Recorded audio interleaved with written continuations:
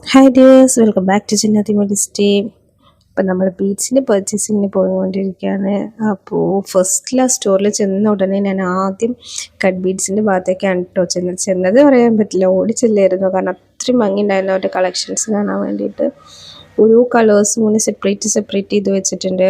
അതുപോലെ റെയിൻബോ ഒരു area, rainbow അല്ലാത്ത നോർമൽ കട്ട് ബീഡ്സ് ഒരു ഏരിയ, അങ്ങനെ വന്നിട്ട് പിന്നെ അത്യാവശ്യം അഫോർഡബിൾ റേറ്റിലുമാണ് കേട്ടോ അവർ തരുന്നത്. അപ്പോൾ ഓരോ കളേഴ്സ് എനിക്ക് ഭയങ്കര ഇഷ്ടമായി. ഏതേതാ എടുക്കേണ്ടത് എന്നുള്ളൊരു കൺഫ്യൂഷൻസ് മാത്രമേ ഉണ്ടായിരുന്നുള്ളൂ. എല്ലാം കൂടെ വരി പോരാനൊക്കെ തോന്നിയിട്ടുണ്ടായിരുന്നു കേട്ടോ. അത്രയും ഭംഗിയുണ്ടായിരുന്നു കാണാനായിട്ട്. ഞാൻ ഈ ഒരു കട്ട് ബീഡ്സിൻ്റെ ഏരിയയിൽ നിന്ന് മാറാതെ അവിടെ തന്നെ നിന്നിട്ടാണ് കേട്ടോ ഒരുപാട് നേരം നോക്കി നിന്നിട്ടാണ് പിന്നെ പർച്ചേസിങ് സ്റ്റാർട്ട് ചെയ്തത്. കാരണം ഓരോന്നും എടുത്ത് നോക്കാനുള്ളൊരു ത്രില്ലിൽ അങ്ങനെ കുറേ നേരം നിന്നിട്ടാണ് പിന്നെ പർച്ചേസിങ് ഒക്കെ സ്റ്റാർട്ട് ചെയ്തത് കേട്ടോ. അപ്പോൾ ഞാൻ ഫുൾ വീഡിയോ ഇടാമെന്ന് പറഞ്ഞിട്ട് കുറച്ച് ദിവസം മുമ്പ്, കുറച്ച് മീൻസ് 2 ദിവസം മുമ്പ് വീഡിയോ ഇട്ടിട്ടുണ്ടായിരുന്നു. അപ്പോൾ അതിലൊരാൾ കമൻറ്റ് ചെയ്തിട്ടുണ്ടായിരുന്നു ഞാൻ എപ്പോഴും വീഡിയോ ഇടാമെന്ന് പറയും പിന്നെ ഫുൾ വീഡിയോ ഇടാറില്ല എന്ന് പറഞ്ഞിട്ട്. അപ്പോൾ നമ്മളെ വീഡിയോസും കാത്തിട്ട് ആൾക്കാർ ഇരിക്കുന്നുണ്ട് എന്നുള്ളത് നമുക്ക് ഒരു വലിയ അച്ചീവ്മെൻ്റ് ആണ് കേട്ടോ. അത് ഒരാളാണെങ്കിലും നമ്മളെ വീഡിയോ കാത്തിരിക്കുന്നുണ്ടല്ലോ ഇവരെന്ന് വിചാരിച്ചിട്ടുള്ളത്. അപ്പോൾ ആ ആൾക്ക് സന്തോഷമാവുമെന്ന് വിചാരിക്കുന്ന ഈ ഒരു വീഡിയോ കാണുമ്പോൾ.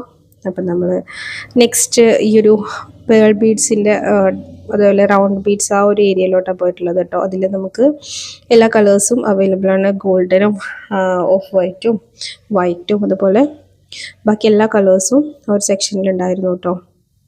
അപ്പോൾ ഈ വീഡിയോയിൽ കാണുന്നത് ഏതെങ്കിലും നിങ്ങൾക്ക് ഇതുപോലെയൊക്കെ കിട്ടാത്തവരുണ്ടെങ്കിൽ, ഇതിലേതെങ്കിലും വേണമെന്നുണ്ടെങ്കിൽ നമുക്ക് സ്ക്രീൻഷോട്ട് എടുത്തിട്ട് ടിക്ക് ചെയ്ത് അയച്ചു കഴിഞ്ഞാൽ നമ്മളിത് അവൈലബിൾ ആക്കി തരാം കേട്ടോ. അപ്പോൾ നെക്സ്റ്റ് ഞാൻ പോയിട്ടുണ്ടായിരുന്നത് ഈ ഒരു സീക്വൻസിൻ്റെ ഏരിയയിലോട്ടാണ്. റെയിൻബോ കളേഴ്സും ഗോൾഡനും എല്ലാ ടൈപ്പ്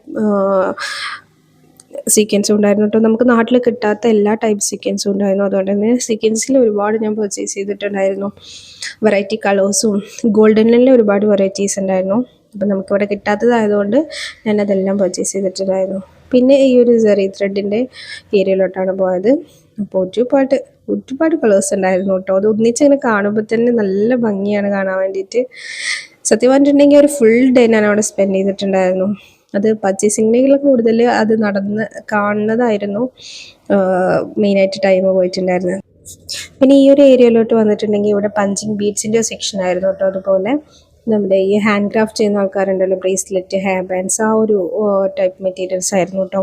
അപ്പോൾ നമുക്കിഷ്ടപ്പെട്ട ഒരു സംഭവം ആകുമ്പോൾ അതിൻ്റെ പർച്ചേസിങ് വരെ നമ്മൾ നന്നായിട്ട് എൻജോയ് ചെയ്യുമല്ലോ. അപ്പോൾ അതുപോലെ ഞാൻ നന്നായിട്ട് എൻജോയ് ചെയ്തിട്ടുള്ളൊരു പർച്ചേസിങ് ഡേ തന്നെ ആയിരുന്നു കേട്ടോ ഇത്. അപ്പോൾ നിങ്ങൾക്ക് ഇതിൽ ഇഷ്ടപ്പെട്ടതുണ്ടെന്നുണ്ടെങ്കിൽ നമ്മൾ സ്ക്രീൻഷോട്ട് എടുത്ത് അയക്കാം. അതുപോലെ ഈ വീഡിയോ നിങ്ങൾക്ക് എല്ലാവർക്കും ഇഷ്ടപ്പെട്ടെന്ന് വിചാരിക്കുന്നു. അപ്പോൾ ഓക്കെ, ബൈ.